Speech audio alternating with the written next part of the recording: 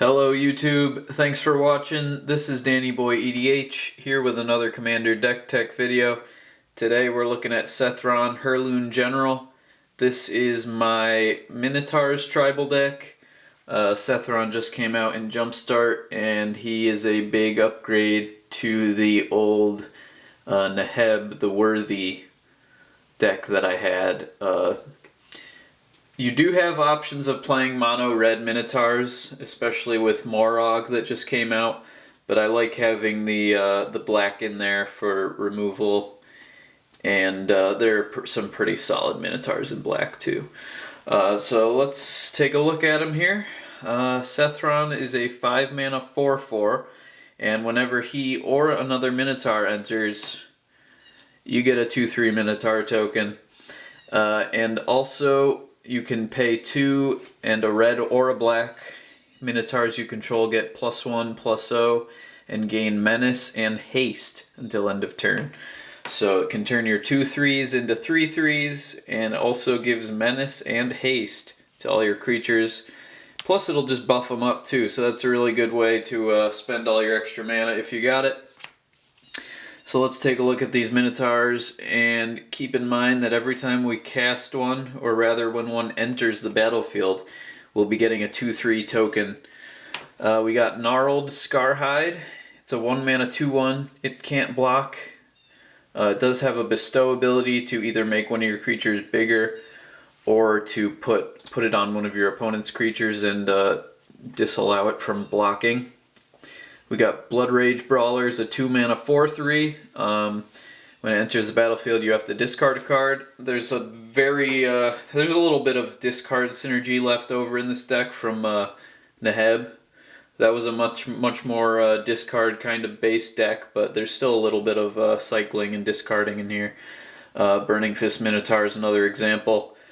2-mana 2/1 first strike, and you can pay 2 and discard a card to give it +2/+0 until end of turn. Sometimes if you just got extra lands late in the game, those are good to discard, or just something that doesn't really work for you at the time. We got another 2-mana 2/1. I like these low CMC Minotaurs. They're not the best, but they're good late game because they can give you extra 2/3 Minotaurs whenever they enter. Lightning Visionary's got prowess, so it can get a little bigger potentially. And Fellhide Brawler can't block unless you control another Minotaur. Here's Neheb.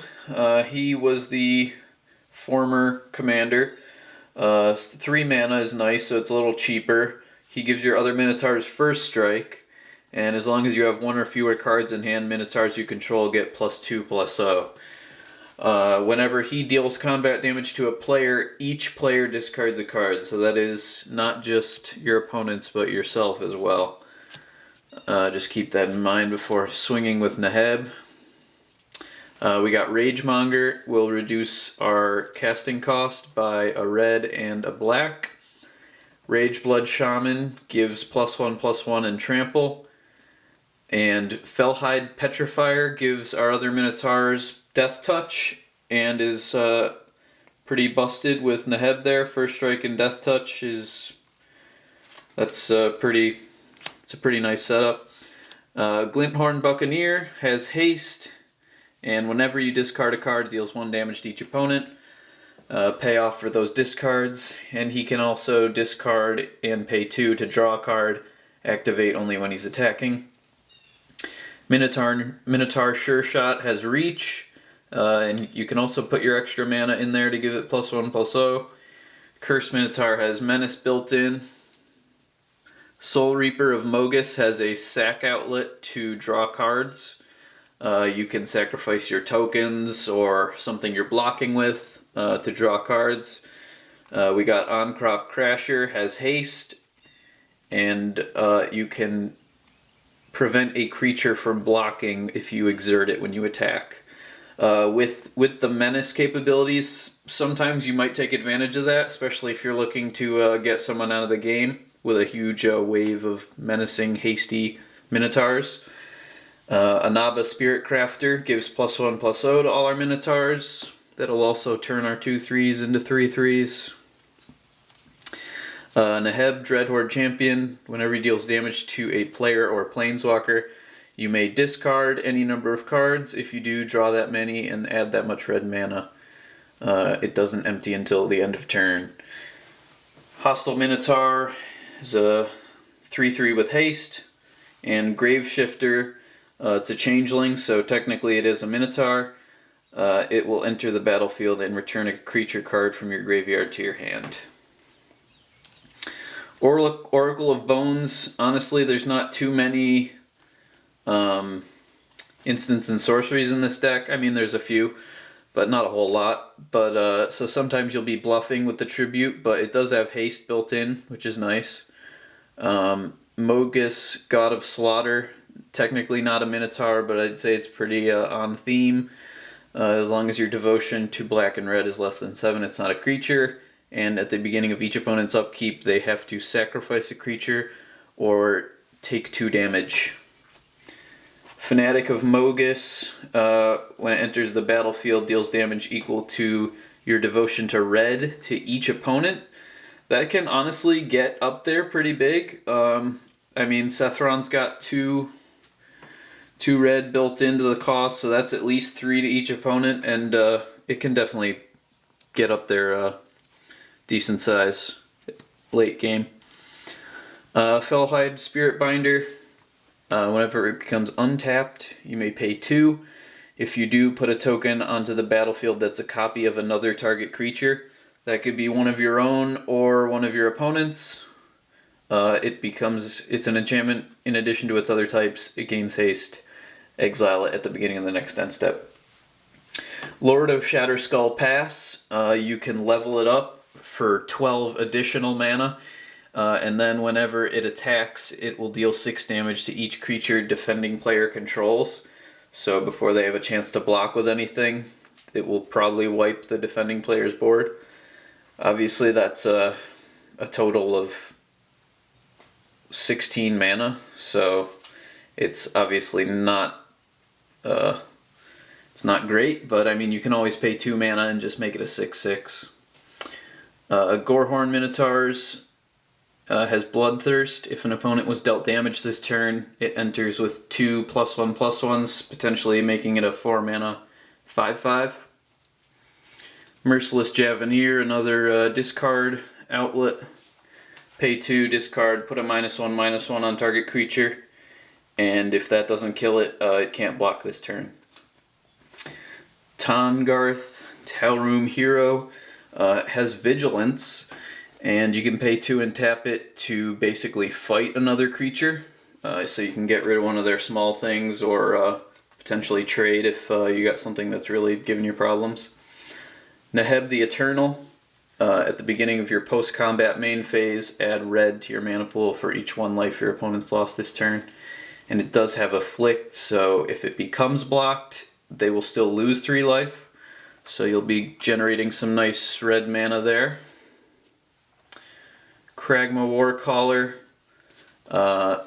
Minotaurs you control have haste, and whenever a Minotaur attacks, it gets +2/+0 until end of turn. That's super good, especially if you've got Morog going on. He's the new one from Zendikar Rising. Each creature gets +1/+0 for each time it attacked, and landfall, take an extra combat phase. So with menacing Minotaurs, that can be pretty out of control. They're just getting bigger and bigger, and if you play something like Evolving Wilds, you're going to get 2 landfall triggers, so that would be 3 combats in 1 turn. So yeah, that's pretty huge. That's basically a win con once you get him out, provided you got the lands. We have some artifacts here to ramp up to our 5 mana commander and hopefully start casting Morog and other big stuff. And always we have the outlet on Sethron to use our extra mana too. We got Rakdos Signet, Talisman of Indulgence, and Soul Ring. Pillar of Origins can only play Minotaur spells, but you can make 1 mana of any color with it. Vanefire Border Post, you may pay 1 and return a basic land you control to its owner's hand, rather than pay its mana cost. So basically, if you tap a land and then return that land to your hand, you can play that. Taps for red or black. Comes in tapped. Didgeridoo. It's probably one of the best Minotaur cards. It's a 1-mana artifact, and you can pay 3 to put a Minotaur from your hand into play.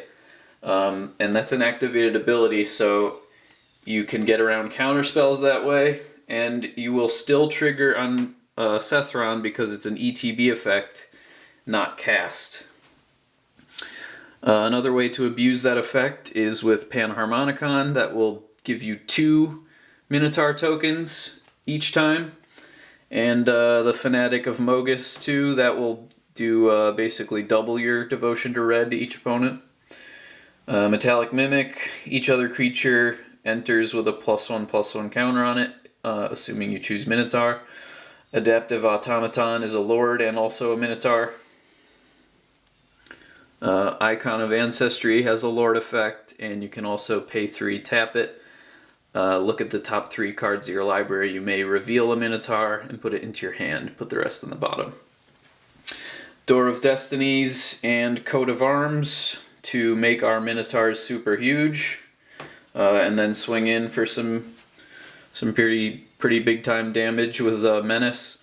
Vanquisher's Banner also pumps our creatures, and when we cast a Minotaur, we draw a card. Cover of Darkness, that gives our creatures fear. They can't be blocked except by artifact creatures and or black creatures. Phyrexian Arena, at the beginning of your upkeep, you draw a card and lose 1 life. Black Market will give you a bunch of mana as creatures die. Dictate of the Twin Gods has Flash. If a source would deal damage to a player or permanent, it deals double instead.